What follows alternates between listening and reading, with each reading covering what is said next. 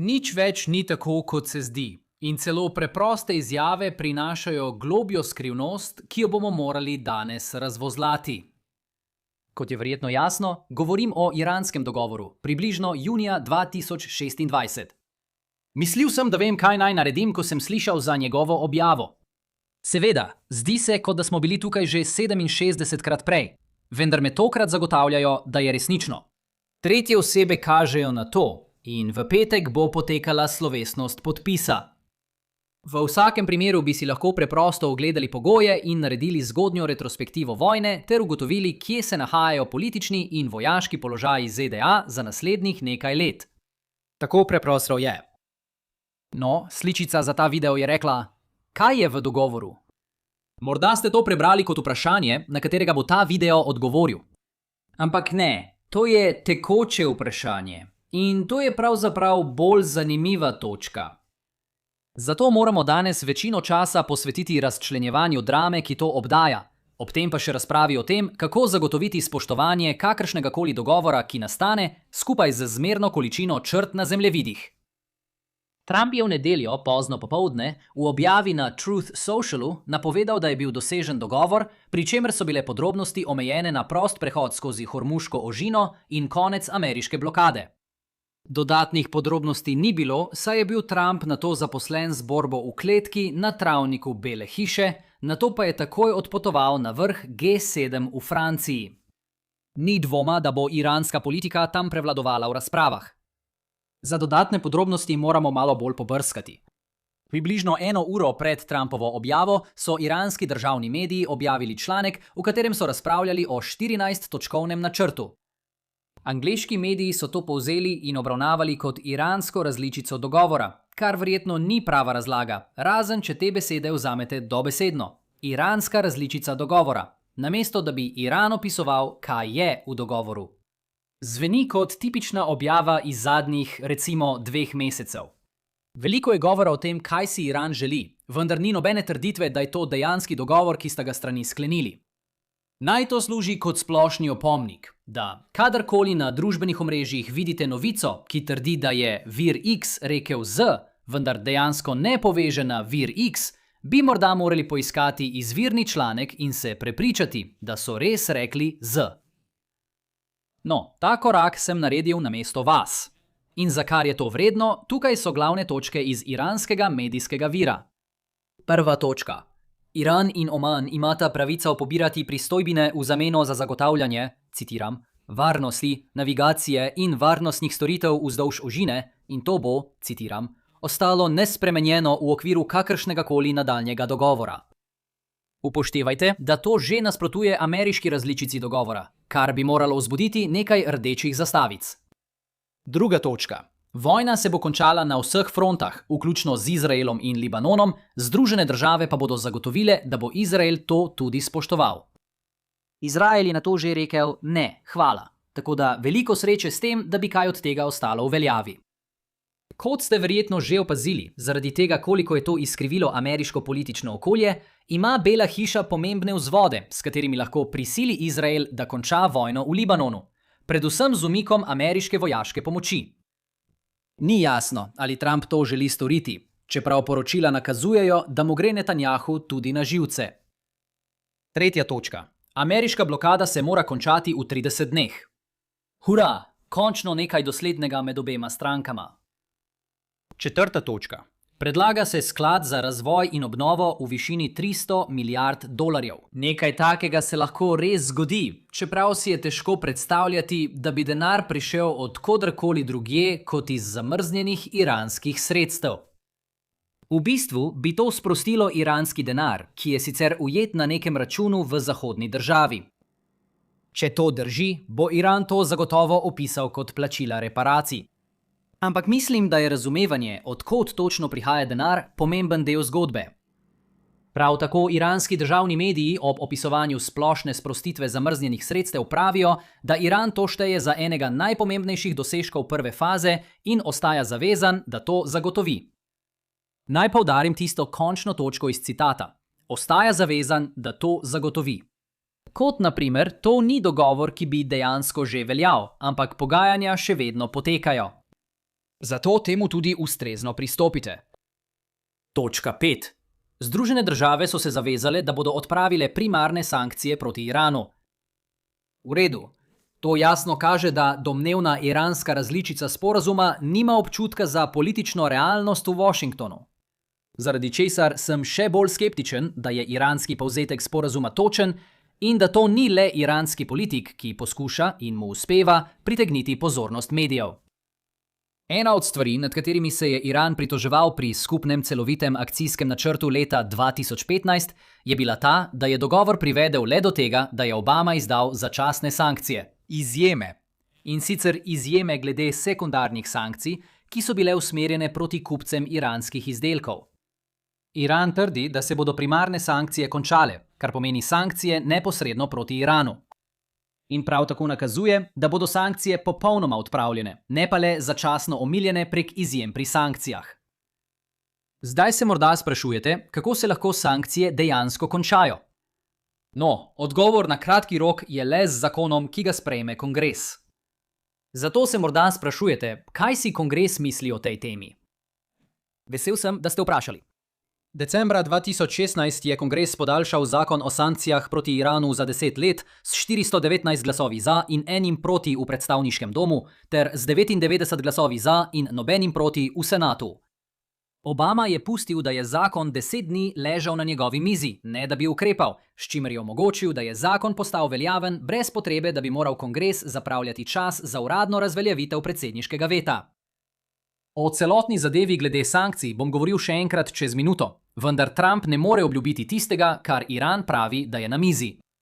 To je niansa, ki bo ušla javnemu mnenju, kar me ponovno vodi k prepričanju, da je članek iranski poskus vplivanja na informacijski prostor in nenatančno poročilo o tem, kaj se dogaja s pogajanji.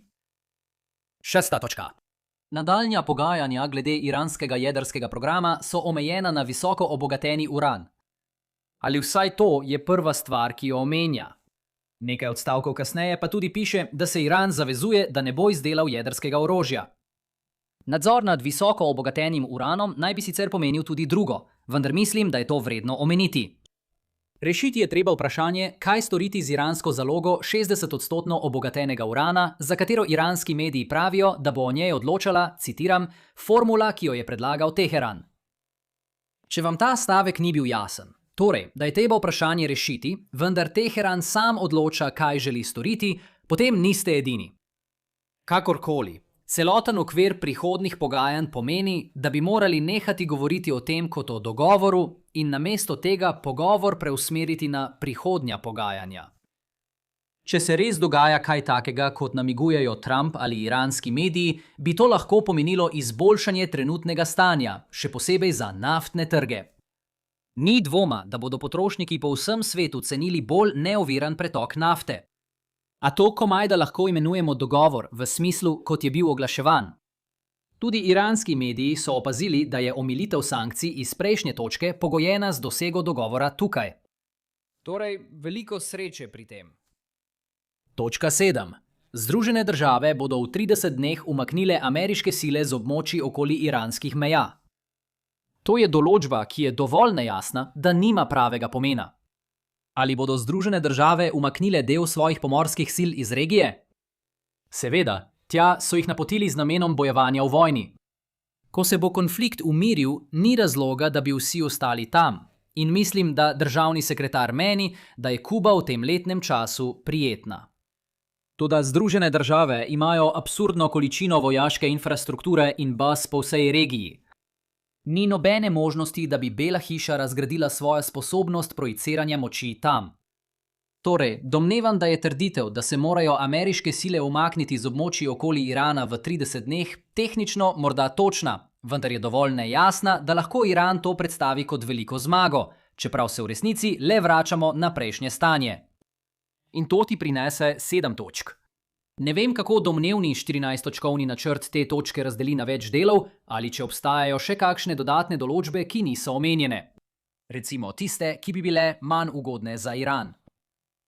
Če povzamem znane pogoje tega domnevnega dogovora, je ogromno medijskih razprav, ki bodo najverjetneje na koncu zaman. Ali je obstajala rešitev za ta problem? Da, Bela hiša bi lahko objavila povzetek svoje različice 14 točk, tudi če to ne bi bila dobesedna kopija tistega, kar bo podpisano v petek. Toda zaradi odvračanja pozornosti z bojem v kletki in nato še končnega spopada, ki se bo zgodil v Franciji, nismo dobili ničesar in smo prepuščeni sami sebi, da se kuhamo v lastnem soku. Kljub temu želim izpostaviti splošno točko glede izvršljivosti dogovora med obema stranema. Ločena medijska pripoved, ki traja že mesece, je, da je skrivnost, kako doseči dogovor med stranema, ki ga bosta obe strani dolgoročno tudi dejansko spoštovali. Kar zadeva Iran, obstaja skrb, da bi Trump nekega dne lahko sklenil, da želi drugačen dogovor. Kar zadeva ZDA, obstaja skrb, da bi Teheran nekega dne preprosto začel graditi jedrsko orožje. Dovolite mi, da sem glede tega čim bolj neposreden. To ni nobena skrivnost. To je rešena težava. Sramotno je, da prevladujoči diskurs to obravnava drugače. Na koncu po nepotrebnem zapravljamo nešteto časa za razprave o napačnih stvareh. Na strani Irana, uganite kaj? Dogovori, v katere so vključene regionalne ali velike sile, v mednarodnih odnosih niso uveljavljeni od zunaj. Tako je bilo dobesedno že stoletja, pa vendar večina dogovorov deluje. In razlog za to je, da umik iz dogovora strani vrne v vojno. Vojna pa je draga. Torej, če želite, da je dogovor samouveljavljiv, oblikujte sporazum, ki ustreza temu, kar obe strani pričakujeta od vojne. Potem bosta obe strani želeli spoštovati dogovor, saj bi se v nasprotnem primeru vrnili k bojevanju, kar bi jim prineslo približno enako, vendar bi obema stranema povzročilo tudi precejšnje stroške. V redu, to je bila teorija. Kako Iran to doseže v praksi? Nujne novice. To je ožina Hormuz. Sposobnost zapreti ožino daje Iranu vzvod. Seveda bi ta Bela hiša, ali naslednja Bela hiša, ali pa tista za njo, lahko odstopila od dogovora. Ampak potem se ožina znova zapre in smo spet tam, kjer smo zdaj. Nekaj, kar ni dobro za Združene države. To je tudi razlog, zakaj je kljub številnim pogovorom težko verjeti, da bi kakršenkoli trajnostni dogovor omogočil Iranu, da še naprej izsiljuje ladje, ki poskušajo prečkati Hormuško ožino. Razumem, zakaj Teheran to želi storiti. Na kocki je lahko veliko denarja. Toda to je tudi izjemno neučinkovit izid, za katerega Združene države menijo, da je slabši od tistega, kar bi lahko povzročila vojna. Toda Iran očitno želi imeti vse hkrati. To ni mogoče. Ali odprite Hormuško ožino, ali pa imejte dogovor, ki ga ni mogoče uveljaviti. Tvoja izbira. Na ameriški strani ugani kaj. Dogovori, ki poskušajo ustaviti programe oboroževanja, zahtevajo nekaj popuščanja potencialnemu razvijalcu. O tem sem pred kratkim obširno govoril na predavanju za svojo serijo Uvod v mednarodne odnose, zato ne želim ponavljati teorije. Ampak to je osnovna ideja. Če ne želite, da nekdo nekaj naredi, potem pomaga, če mu v zameno ponudite nekaj, kar si želi. V praksi bi to tukaj najverjetneje pomenilo omilitev sankcij. To pa nato odpira vprašanja o pripravljenosti kongresa, da se s tem strinja. Trenutna različica sankcij proti Iranu poteče ob koncu leta. Tako obsežna omilitev sankcij ni tako preprosto, kot da bi imeli potrebne zakonodajalce, ki bi podprli še eno podaljšanje. Če menimo, da bi Trump želel zaščititi svoj dogovor in bi zato vložil veto na vse, kar bi bilo v nasprotju s tem in bi pristalo na njegovi mizi, bi potrebovali kvalificirano večino v predstavniškem domu in senatu, da bi to preglasili. Glasovanja 419 proti 1 in 99 proti 0 izpred 10 let nakazujejo, da takšne kvalificirane večine obstajajo. Demokrati morda ne bodo naklonjeni podpori Trumpovi politiki, ker je Iran za predsednika politično vprašanje, na katerem izgublja. Republikanci so bili tradicionalno bolj trdi do Irana, zato bi morda tudi oni želeli prekiniti s predsednikom iz drugega razloga. Ampak Trump zna prisiliti republikance v kongresu, da sledijo njegovim želenim glasovalnim odločitvam. Tako da, kdo ve. Vse to se mi zdi kot življenje v čudnem svetu, kjer je vse obrnjeno na glavo. In zdaj govorimo o tem, da Trump ponuja Iranu omilitev sankcij, potem ko je bil tako kritičen do Obame, ki je storil isto. Toda edina prisilna alternativa tukaj je grožnja z večjo vojaško akcijo, kar pa se zdi, da se temu poskuša izogniti. Dobrodošli v naslednji fazi našega vse bolj zapletenega sveta v vojni. Zdaj ne mislim, da bi bila gradnja učinkovitih mehanizmov za uveljavljanje skrivnost za katerokoli stran dogovora. Ko slišim, da se katerakoli stran pritožuje glede mehanizmov za uveljavljanje, jih zato ne jemljem dobesedno. Kar slišim namesto tega je: želimo več od tega dogovora in želimo, da mislite, da nas skrbijo mehanizmi za uveljavljanje, zato da boste vi izboljšali ponudbo. To je osnove praznega govorjenja v kriznem pogajanju v mednarodnih odnosih in bolje nam bo, če to preprosto ignoriramo. Ampak predvidevam, da bomo morali počakati naslednjih 60 dni, da vidimo, ali obstaja most, ki lahko premosti razkorak med njima. Torej, kakšne so naše ključne ugotovitve za danes? Trump trdi, da imamo dogovor z Iranom, ki pa se zdi nič drugega kot podaljšanje trenutnega premirja z omilitvijo nekaterih ali vseh omejitev na Hormuški ožini. Natančnih podrobnosti dogovora še ne poznamo in bodite zelo previdni, ko vidite analize domnevno razkrite iranske različice dogovora. Nazadnje, oblikovanje uveljavljivih pogodb ni tako težko, kot to prikazujejo vpletene strani. Vendar pa se bosta obe strani težko strinjali, da je predlagani dogovor boljši od nadaljevanja konflikta. Medtem pa bo vaša naslednja izbira morda lahka. To je tisto uvodno predavanje o nadzoru nad oboroževanjem, ki sem ga omenil prej. Kliknite tukaj, da si ga ogledate. Če vam je bil današnji video všeč, ga prosim všečkajte, delite in se naročite na kanal. In se vidimo jutri. Pazite nase.